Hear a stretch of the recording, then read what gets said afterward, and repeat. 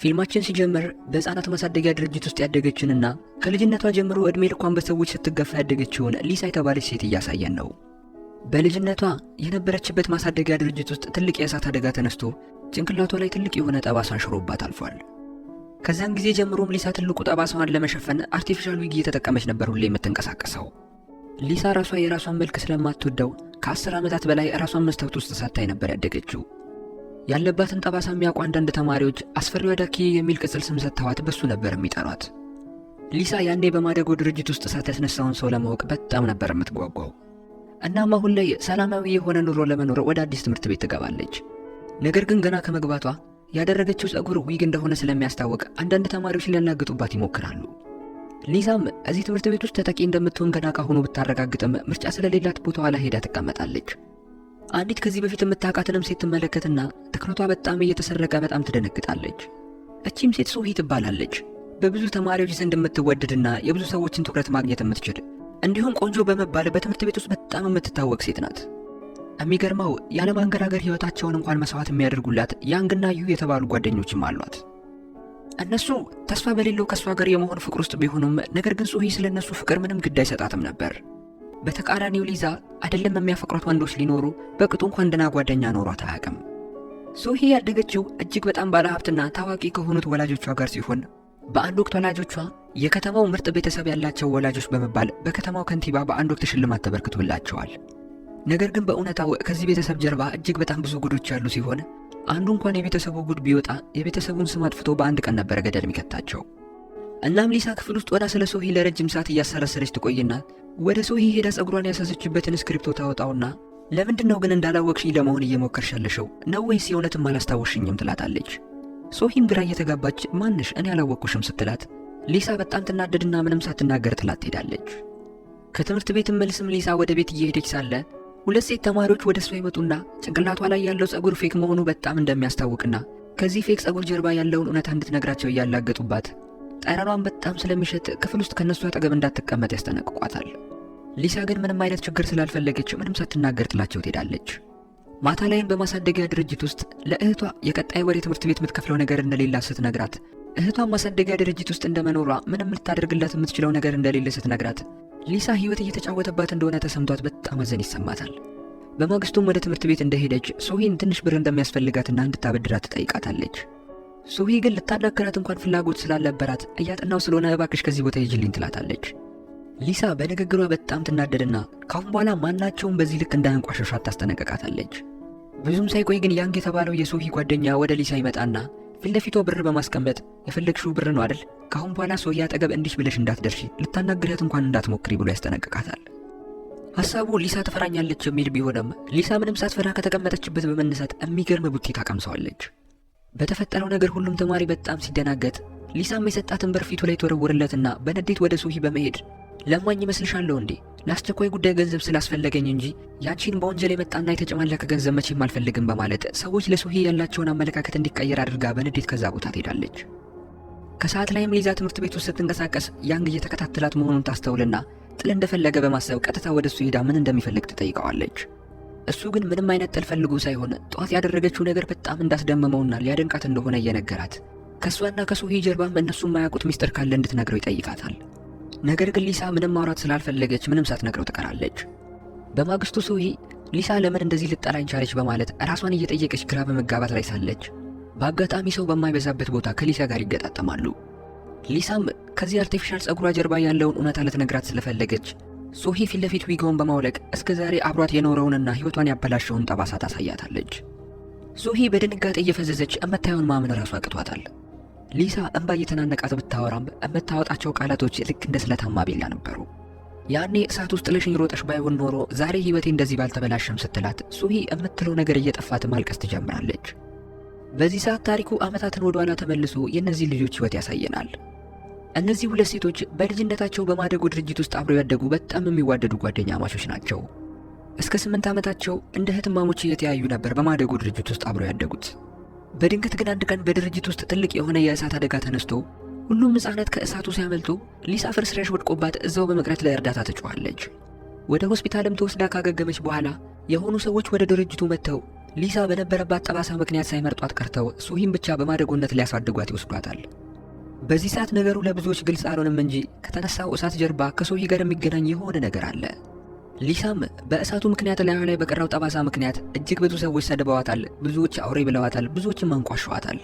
እንደዚህ ለመሆኗ ምክንያት የሆነችው ሶሂ ፊት ለፊትም ቆማ ዋጋዋን እንደምትሰጣትና ብዙዎች የሚወዷትና ጥሩ ሴት ነች ብለው የሚያደንቋት ሴት ከጀርባዋ ምን አይነት ክፋት እንዳለ እንደምታጋልጥ ታስጠነቅቃትና ዊጓን መልሳ በመልበስ ከዛ ቦታ ትሄዳለች።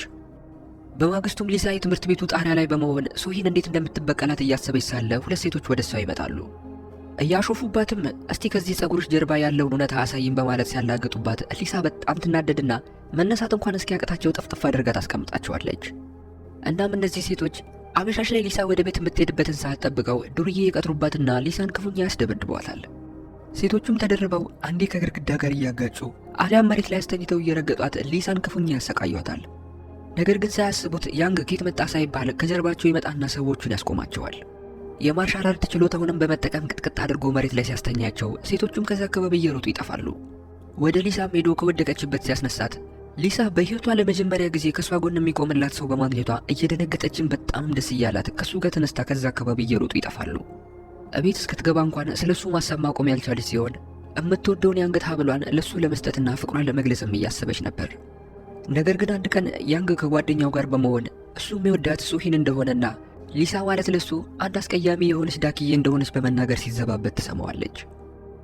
በንዴትም ወደ ሶሂ ትሄድና እነዛ ከስርሽ የማይጠፉት ጓደኞችሽ እጅግ በጣም አስመሳይና ግብዞች ናቸው ትላታለች።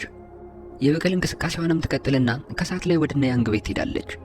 በዚህ ሰዓት ግን ሶሂ በድብቅ እየተከታተለቻት መሆኑን ሊሳ አላወቀችም ነበር። ሊሳም ወደ ያንግ ቤት እንደገባች ያንግ ሶሂን የፍቅር ጥያቄ ለመጠየቅ ቤቱን በአበባና በፊኛ ፏ አድርጎ አሳምሮ የሚያምር ኬክም አዘጋጅቶ ሶሂን እየጠበቃት ታገኘዋለች። ሊሳም በተረጋጋ መንፈስ አንተና ሶሂ መቼም በፍቅር አንድ ላይ መሆን አትችሉም ስትለው ያንግ ግራ እየገባው ሴትዮ ሌዝቢያን ነሽ እንዴ? እኔና እሷ በፍቅር ብንሆን አንቺ ምን አገባሽ ይላታል። ሊሳም እንደሱ ማለቷ እንዳልሆነና ሶሂ እሱ ልትወደው ይቅርና ስለሱ ግድ እንኳን እንደማይሰጣት ስትነግረው የፍቅር ጥያቄ ለማቅረብ ተዘጋጅቶ የነበረው ያንግ በጣም እየተናደደ ከተቀመጠበት ሲነሳ ሊሳ እጅ ላይ የሶሂ የነበረ አንድ የአንገት ሐብል ያይና ኬት ነው ያመጣሽው? ሰርቀሽ ነው በማለት ሊቀበላት መታገል ሲጀምር ሊሳም ላለመስጠት እየታገለችው በድንገት ወለሉ ላይ ትወድቅና ጭንቅላቷ ላይ የምታደርገው ዊግ ይወልቅባትና ያንግ ጠባሷን ተመልክቶ የምን አውሬ ነው ማየው እያለ ክትክት እያለ በማላገጥ ይስቅባታል። ሊሳ በዚህ ሰዓት በጣም ትናደድና ፊት ለፊቷ የነበረን ትልቅ ቢላ ታነሳና ራሷን ልታጠፋ ስትል ያንግ በፍጥነት እየሮጠ ሄዶ ያስቆማታል። እስከዛሬ የተገፋችባቸውን ቀናቶችም እያስታወሰች አይመለከተህም፣ ልቀቀኝ፣ ራሴን አጠፋለሁ ብላ ስትጮህ ውጪ የነበረችው ሶሂ ድምጻቸውን ትሰማና ወደ ውስጥ ትገባለች። ሊሳም እሷን እንዳየቻት ያኔ ለተነሳው እሳት፣ ጭንቅላቷ ላይ ላለው ጠባሳ፣ አሁን ላለችበት መራራ ሕይወት ድምጿን ከፍ አድርጋ እየጮኸች ሶሂ ትወቅሳታለች። ከዚህ በላይም ንዴቷን መቆጣጠር ስላልቻለች የያዘችውን ቢላ ወደ ሶሂ በመቀሰር ሶሂን ልታጠቃት ወደ እሷ መሄድ ስትጀምር ያንግ በፍጥነት መሃላቸው ይገባና እሱ ይወጋል። እንደ አጋጣሚ ሆኖ ቢላው መጥፎ ቦታ ስለወጋው እዛው መሬት ላይ ይወድቅና ደሙ መሬት ላይ መፍሰስ ይጀምራል። በተፈጠረው ነገር ሁለቱም ሴቶች እየተደናገጡ ሶሂ በፍጥነት ወደ ቤት ሄዳ የተፈጠረውን ነገር ለእናቷ እየነገረቻት ያንግ እጇ ላይ እንደሞተ ትነግራታለች። እናትየውም እየተደናገጠች ቢሆንም ልታረጋጋት ስትሞክር ሶሂ ደፍተሯንና ስልኳን የያንግ ቤት ውስጥ ጥላ እንደመጣችና ፖሊሶች ምርመራ እንደጀመሩ መጀመሪያ የሚይዟት እሷን እንደሆነ ትነግራታለች። እናትየውም ወዲያው የእንቅልፍ መድኃኒት ሰጥታ ወደ አልጋዋ ትወስዳታለች። ሶሂ በማግስቱ ከእንቅልፏ እንደነቃች ያንግ ቤት ጥላ የመጣችው ደፍተሯንና ስልኳን አጠገቧ ታገኘዋለች። ቤተሰቦቿ ምንም ነገር እንዳልተፈጠረ ለቁርስ እየተዘገጃጁ ታያቸዋለች። በዛኑ ሰዓት ቲቪ ላይ የና ያንግ ቤት ትናንት ሌሊት መቃጠሉን የሚዘግብ ዜና ተመልክታ እናቷ ማስረጃዎችን ለማጥፋት ብቻ ይህንን ሁሉ እንዳደረገች በማሰብ እየተገረመች እስከዛሬ በጣም ደግና ሩሩ እንደሆኑ የምታስባቸው ወላጆቿ ድንገት እንኳን እነሱን የሚያስከፋ ነገር ብታደርግ ለሷም የማይመለሱ አይነት ሰዎች ሊሆኑ እንደሚችሉ በማሰብ በጣም ትጨነቃለች። በሌላ በኩል ሊዛ እሳት አደጋው ወደ ተፈጠረበት ቦታ ላይ ስትሄድ ዋና መርማሪው የሊሳን መረበሽና ሁኔታ ተመልክቶ እሷ ላይም ሆነ ከያንግ ጋር ግንኙነት ያላቸው ሰዎች ላይ ምርመራ እንዲጀመር ለባልደረቦቹ ይነግራቸዋል። በሌላ በኩል ሶሂ በተፈጠረው ጉዳይ ላይ በጭንቀት በጣም ትሰቃያለች። አባቷም እንደሚንከባከባት ቃል እየገባላት ጊዜ ጠባሳን እንደሚሽር እየነገራት ወደ ቤት እንደደረሱ ፖሊሶች ለምርመራ እነሱ ቤት ድረስ እንደመጡ ይመለከታሉ። አባቷም እሷን መኪና ውስጥ እንድትቀር ያደርጋትና ፖሊሶቹን ሊያናግራቸው ይሄዳል። በዚህ ሰዓት ሶሂ መኪና ውስጥ ያንግ ከሊሳ የተቀበላትን የአንገት ሐብል ታገኘውና እናቷ ብቻ ሳትሆን አባቷን በእነ ያንግ ቤት መቃጠል ላይ እጁ እንዳለበት ማሰብ ትጀምራለች። ፖሊሶችም ሙሉ ቤተሰቡን ጥያቄ መጠየቅ እንደሚፈልጉ በመናገር ወደ ውስጥ ይገባሉ። ሶሂንም ስለ ያንግ ሞት ሲጠይቋት ያ ክስተት በተፈጠረበት ጊዜ እሷ ቤት እንደነበረች ትናገራለች። ቤተሰቦቿም በዚህ ሰዓት ሀሳቧን ይደግፏታል። ፖሊሶቹም ለመሄድ እንደተነሱ አባቷ ፖሊሶቹን የሸኛቸውና ወደ ሶሂ በመመለስ እሱ በሕይወት እስካለ ድረስ ምንም ክፉ ነገር እንደማይገጥማት ቃል ይገባላታል። በዚህ ሰዓት የአባትየው ዓይንና ሁኔታ ግን ለሶሂ ትንሽ አስጊ ነበር። የዛን ቀን ሌሊት በድንገት ሶሂ ወጣ ያለ ድምፅ ተሰማና ከእንቅልፏ ትነሳለች። ምን እንደሆነም ልታጣራ ስትነሳ ወላጆቿ ከቤት እንዳትወጣ ቆመው ሲጠብቋት ትመለከታቸውና በጣም እየደነገጠች ወደ ክፍሏ ትመለሳለች። አሁን ቤተሰቦቿ እንደምታስባቸው ጥሩ ሰዎች ሳይሆኑ ከምታስበው በላይ በጣም ተንኮለኛ እንደሆኑ እያሰበች መምጣት ትጀምራለች። ቤተሰቦቿም ለረጅም ጊዜ ዘግተውት ያቆዩት አንድ ክፍል እንዳለ ትዝ ይላትና እዛ ክፍል ውስጥ ገብታ ምን እንዳለ ማጣራት እንዳለባትም ትወስናለች። በማግስቱም ጓደኛዋ ዩን ትጠራውና እሷ ቤቱን ውስጥ ገብታ እስክትፈትሽ ድረስ ቤተሰቦቿ እስኪመጡ ውጪ ቆሞ እንዲጠብቅና ምልክት እንዲሰጣት ትነግሯለች። በፍጥነትም እየተዟዟረች ቤት ውስጥ ቁልፍ ትፈልግና በዛ ያለ ቁልፍ ስታገኝ ይሄ ራሱ ይሆናል በማለት እየሮጠች ወደ ክፍሉ ትሄዳለች። በዚህ ሰዓትም በልጅነቷ ወደዚህ ክፍል ልትገባ ስትሞክር አባቷ ተሳስታ እንኳን ወደዚህ በር ዳግም እንዳትጠጋ አስጠንቅቋት እንደነበረ እያስታወሰች ቢሆንም ነገር ግን ደፈር በማለት በሩን ለመክፈት ትወስናለች። ባገኘችው ቁልፍም እያቀያየረች ልትከፍተው ብትሞክርም በሩ ሳይከፈት ይቀራል። በዚህ ሰዓት ወላጆቿ የሚመለሱበት ሰዓት እንደደረሰ ትዝ ይላትና በፍጥነት በመስኮት በኩል ለመግባት ወስና በዛ ትገባለች። በዚህ ሰዓት ወላጆቿ ወደ ቤት ሲመለሱ ዩ ቲክቶክ ላይ ያየውን ዳንስ እየደነሰ ሊያወዛግባቸውና እሷ እስክትወጣ ድረስ ጊዜያቸውን ለመግደል ይሞክራል። አባትየው ምንም የጠረጠረው ነገር ስላልነበር ግራ እየተጋባ ዩን ቆሞ ሲመለከተው ነበር። በዚህ ሰዓት ሶሂ እንዳትገቢ ወደ ተባለችው ክፍል ገብታ ዕቃዎችን እየበረበረች ነው። በድንገትም ወላጆቿ እሷን በማደጎ ከመውሰዳቸው በፊት የተነሱትን አንድ ፎቶ ተመልክታ ከነ መፈጠሩ እንኳን የማታውቀውን አንድ የአሳዳጊዎቿ ልጅ የሆነ ወጣት ተመልክታ በጣም ግራ ትጋባለች። ይሄ በፎቶ ላይ ያለ ወጣት ልጅ የት ሄዶ ነው? ምንስ አጋጥሞት ነው በዚህ ቤት የማይኖረው? በማለት ግራ እየተጋባች ሳለ ወላጆቿ በራቸውን ከፍተው ወደ ቤት ውስጥ እንደገቡ ድምፃቸውን ትሰማለች። ወላጆቿ የቤቱ ዝምታ ግራ እያጋባቸው በጥርጣሬ ቤት ውስጥ ይንቀሳቀሳሉ። አባትየውም የደበቁን ክፍል ቁልፍ አንስቶ ቀስ እያለ ወደዛ በመጠጋት ላይ ሳለ ሶሂ በፎጣ ተጠቅልላ ከሻወር ክፍል ትወጣና ከሻወር እንደወጣች ታስመስላለች። ነገር ግን እናትየው እንደ ቀላል ትታለለችም። የሆነ ነገር ከዚህ ጀርባ እንዳለ በደንብ እርግጠኛ ነበረች። ከቆይታዎችም በኋላ ሶሂ ወደ እናቷ በመሄድ ለምንድነው ግን እኔን በማደጎ ልታሳድጉኝ የፈለጋችሁት በማለት ብላ ስትጠይቃት እናትየው በድንጋጤ እያፈጠጠችባት ለምን እንደዚህ ብለሽ ጠየቅሽኝ? ሁለተኛ እንደዚህ አይነት ጥያቄ እዚህ ቤት ውስጥ እንዳታነሺ በማለት ታስጠነቅቃታለች። እስከ ዛሬ ድምጿን እንኳን ከፍ አድርጋ ተናግራት የማታውቀው እናቷ ዛሬ እንደዚህ በመሆኗ ሶሂ ወደ ተደበቀው እውነታ እየተጠጋች እንደሆነ እንዲሰማት ያደርጋታል። እናም ሶሂ እውነታው ላይ ለመድረስ ገጠር ወዳለችው አያቷ በመሄድ ያመጣችውን ፎቶ በማሳየት ይሄ ወጣት ማን እንደሆነ ትጠይቃታለች። አያትየውም ፎቶውን እንዳየች በንዴት ሶሂ ላይ የጮኸችባት ያንቺ ደም ለዚህ ቤተሰብ እርግማን ነው፣ ፈጽሞ እዚህ ቤተሰብ ውስጥ መቀላቀል አልነበረብሽም በማለት በንዴት እዛ ጋር የነበረ ትልቅ የአበባ ማስቀመጫ ፊት ለፊታቸው ተሰብረዋለች። ጠርሙሱ ሲሰባበር ሶሂ ይቆርጣታል። ዩም ወደ ውጭ ይዟት ይወጣና ቁስሏን ያሽግላታል። እግሯም አላራምድ ብሏት ስለነበር በጀርባው ያዝላትና ኪስ ውስጥ የነበረውን ከረሜላ እየሰጣት ከዛ ሰፈር ይዟት ይወጣል። ሶሂም ዩ ባላት ኃይል ባላት የቤተሰብ ስልጣንና ሞገስ ሳይሆን በማንነቷ ስለወደዳት በጣም ደስ እያላት ይመጣል። በሌላ በኩል አባቷ የሶሂን ክፍል ከፍቶ በመግባት ዕቃዎቿን እየበረበረ እስከዛሬ ስትጽፍ የነበረውን ዲያሪ ማንበብ ይጀምራል። ለቤተሰቦቿ ያላት አመለካከት እየተቀየረ መሆኑን ጽፋ ስለነበርም አባቷ ይህንን ሲያይ በጣም ይናደዳል።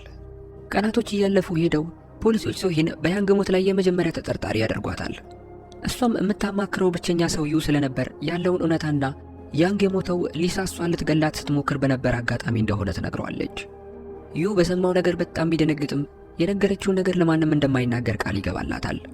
በማግስቱም ሶሂ ክፍል ውስጥ እያለች ከማታውቀው ቁጥር የትምህርት ቤቱ በር ላይ እየጠበቅኩሽ ነው ነይና አግኘኝ የሚል ቴክስት ይደርሳትና ሊሳ ስለመሰለቻት እየሮጠች ወደዛ ብትሄድም ነገር ግን ማንንም ሳታገኝ ትቀራለች። ከርቀትም አንድ የምታውቀው የሚመስላት ሰው ታይና እየሮጠች ልታገኘው ወደዛ ትሄዳለች።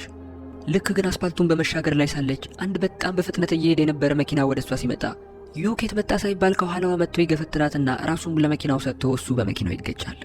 ሶሂም በድንጋጤ እየጮኸች ምን ማድረግ እንዳለባት ግራ እየገባት አምቡላንስ ትጠራለታለች።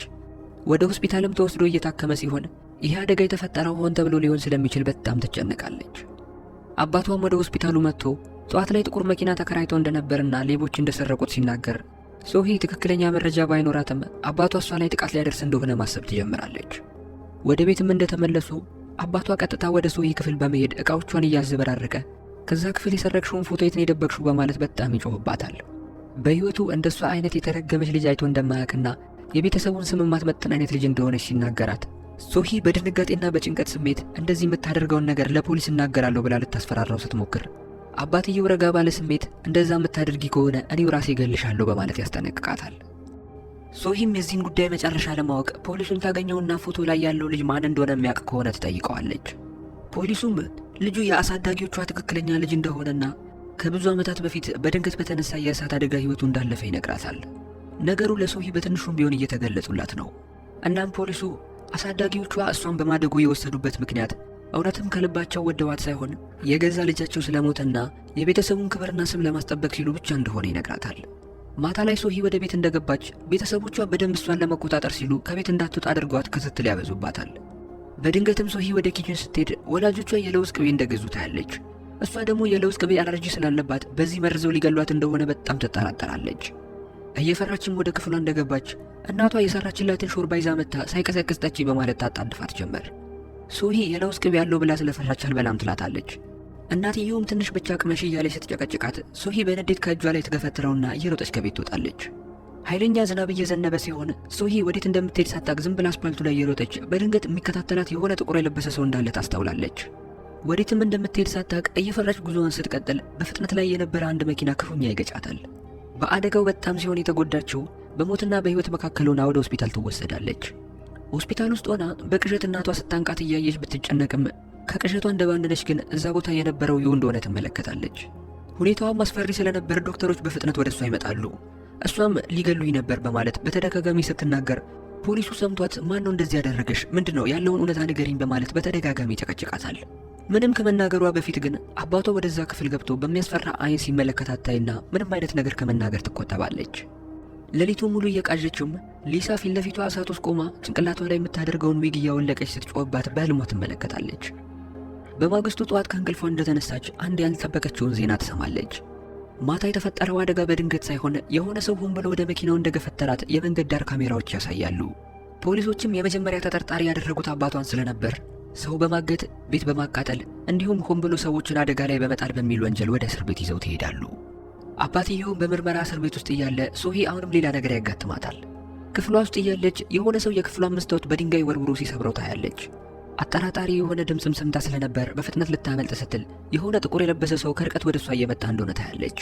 ባልጠበቀችው ሁኔታ ግን ጥቁር ልብስ ለብሶ ወደ እሷ እየመጣ ያለው ሌላ ሰው ሳይሆን ሊሳ በመሆኗ ሶሂ በጣም ትደነግጣለች።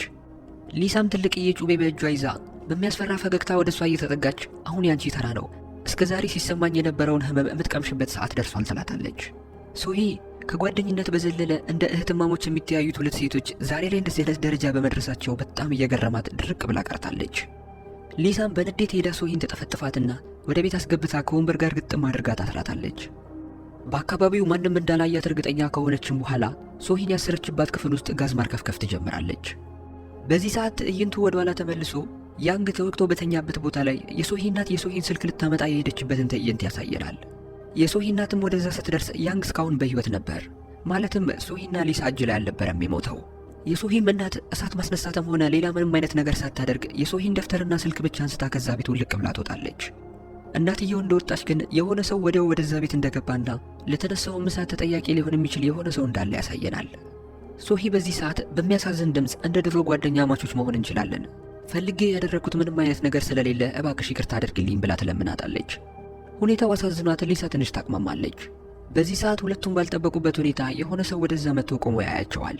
ይሄም ሰው መርማሪ ፖሊሱ በመሆኑ ሶሂ ሊያድናት እንደመጣ ተሰምቷት በጣም ደስ ይላታል። ነገር ግን ሁለቱም ባልጠበቁት ሁኔታ እያጨሰ የነበረውን ሲጋራ ጋዙ ላይ በመወርወር ቤቱን በአንዴ ያነዳዋል። ሙሉ ቤቱ በአንዴ በእሳት ተያይዞ ቤቱ ወደ ሲኦልነት ይቀየራል።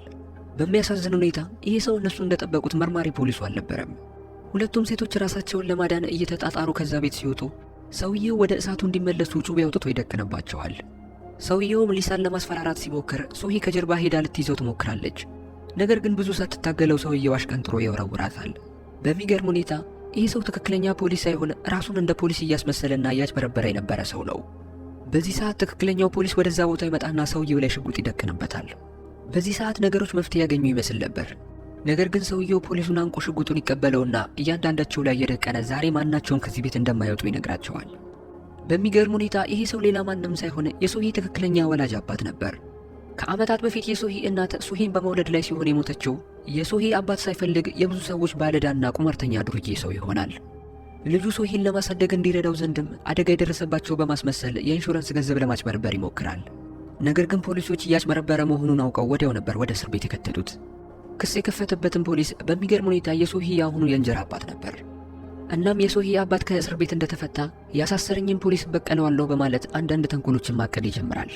እሱ እስር ቤት በነበረበት ሰዓት ሶሂ ማደጎ ድርጅት ውስጥ ነበረችና ከማደጎ ድርጅቱ ጎን አንድ ገራጅ መሳይ ቤት ይከራይና ሶሂ የምትማረው የፖሊሱ ልጅ የሚማርበት ትምህርት ቤት ውስጥ ስለነበር ሶሂን በደንብ ይመክራትና ከልጁ ጋር በደንብ እንድትግባባ ከዚያም አልፎ ቤታቸው ይዛውም እንድትመጣ ያደርጋል። ልብ በሉ፣ ይሄ ልጅ ማለት ሶሂ ፎቶ ላይ አይታ ማንነቱን ለማጣራት ስትሞክር የነበረው ልጅ ነው። ማለትም የሶሂ የእንጀራ አባት ትክክለኛ ልጅ። የሶሂ አባትም የአሁኑን የሶሂ የእንጀራ አባት ሊበቀለው ስለሚፈልግ የተመረዘ መጠጥ ሰጥቶት የሆነ ቦታ ድረስ ብሎ እስኪመጣ ድረስ ልጁ ሶሂን እንዲያጫውትለት ይጠይቀዋል። ልጁ በመድኃኒቱ ምክንያት ወዲያው ራሱን ሲስት የሶሂ አባት ወደ ልጁ አባት በመደወል ልጁን በድጋሚ ማየት የሚፈልግ ከሆነ አሁኑኑ $1 ሚሊዮን እንዲያዘጋጅ ያስጠነቅቀዋል። በዚህ ሰዓት ግን ሰውየው ሳያስበው ድንገተኛ የእሳት አደጋ ቤት ውስጥ ይነሳል። ልጁም ራሱን ከሳተበት ነቅቶ ስለነበር እየተዟዟረ ቤት ውስጥ መውጫ ቢፈልግም ምንም አይነት መውጫ ሳያገኝ ይቀራል። በድንገትም ንፋስ ማስገቢያ የሆነች ትንሽዬ መስኮት ሲያይ ወዲያው መስታወቱን ሰብሮ ሶሂን በዛ በኩል ያስወጣታል። ለራሱም ግን ከመውጣቱ በፊት የሆነ ሲሊንደር ይፈነዳና ቤቱ ወዲያው ድምጥማጡ ይጠፋል። እሳት አደጋዎች ወዲያው ወደ ቦታው ቢመጡም ነገር ግን እዛ ፎቅ ላይ የነበሩ በጣም ብዙ ሰዎች እንደሞቱ ይነገራል። በድንገትም አንድ ሰራተኛ ሶሂን ከዛ ቤት ፍርስራሽ ስር ያገኛትና ከዛ ቦታ ይዟት ይወጣል። ሶሂን ያዳናት ልጃቸው እንደሆነና ለራሱ ግን ከዛ እሳት ማምለጥ እንዳልቻለ ሲሰሙ ቤተሰቦቹ በጣም አዝነው ስቅስቅ ብለው ያለቅሳሉ። የገዛ ልጃቸውንም ያጡት የሶሂ አባት ባደረገው ነገር ስለሆነ ሶሂን እንደራሳቸው ልጅ አድርገው ከዛ ሰዓት ጀምሮ ሊያሳድጓት ይወስናሉ። እናም አሳዳጊዎቿ ብዙ ነገሮችን የሚደብቋትና የሚዋሿት የእሷን ደህንነት ለመጠበቅ ብቻ እንደሆነ ግልጽ ይሆናል። በዚህ ሰዓት የሶሂ አባት ሶሂን ይዟት ሊሄድ ሲሞክር የእንጀራ አባቷ ወደዛ ቦታ ይመጣና ከሱ ጋር ኃይለኛ የሆነ ጥል ውስጥ ይገባሉ።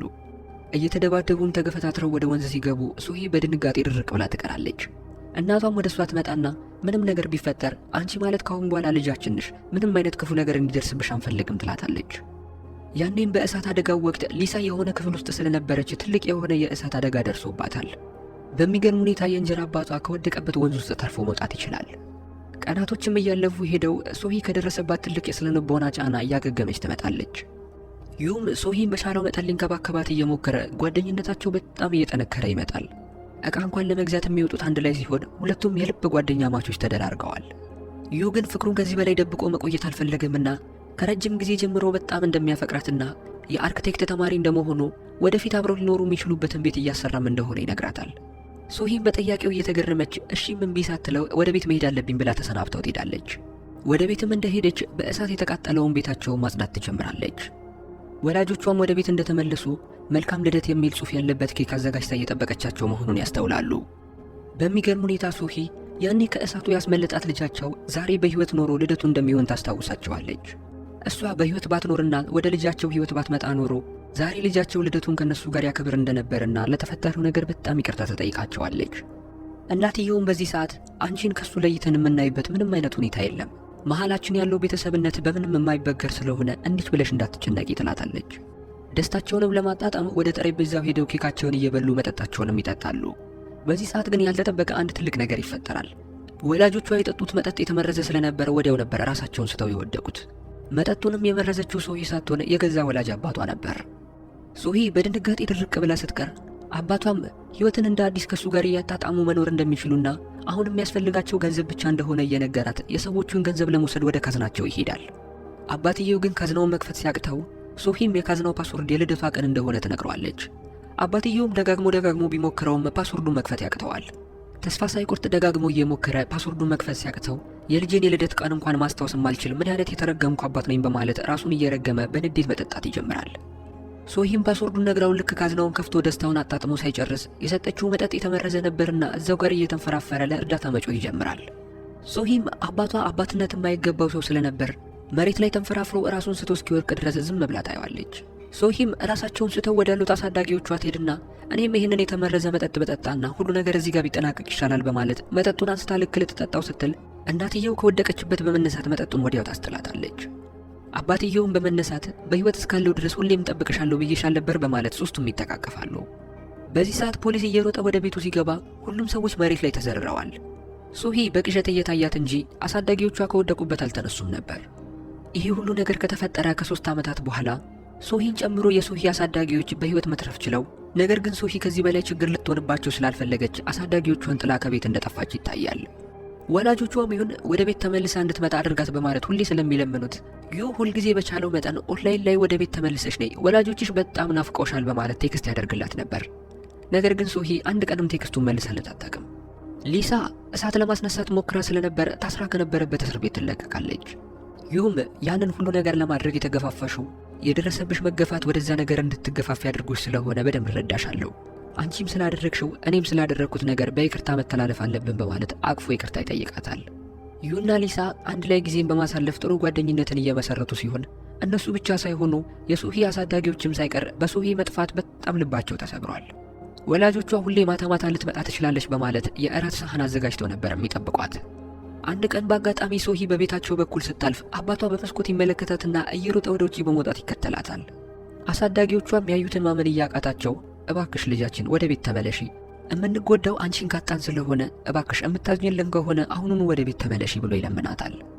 በብዙ ነገር ተፈትኖ ሊበታተን ጫፍ ላይ ደርሶ የነበረው ቤተሰብ አሁን አንድ ላይ በመሆን ፍቅራቸውን እንደ አዲስ ይመሰርታሉ። በውሸትና በጥላቻ ተከቦ የነበረው ቤተሰብ አሁን ደስ በሚል ፍቅር አንድ ላይ ሆነዋል። ክፋትና ጥላቻ ምንም እንኳን ሁሉንም ነገር ሊያበላሽ ቢሞክርም ጥላቻ ያመጣውን ጠባሳ ፍቅር ሊያሽረው እንደሚችል እያሳየን ፊልሞችን በዚህ ይጠናቀቃል።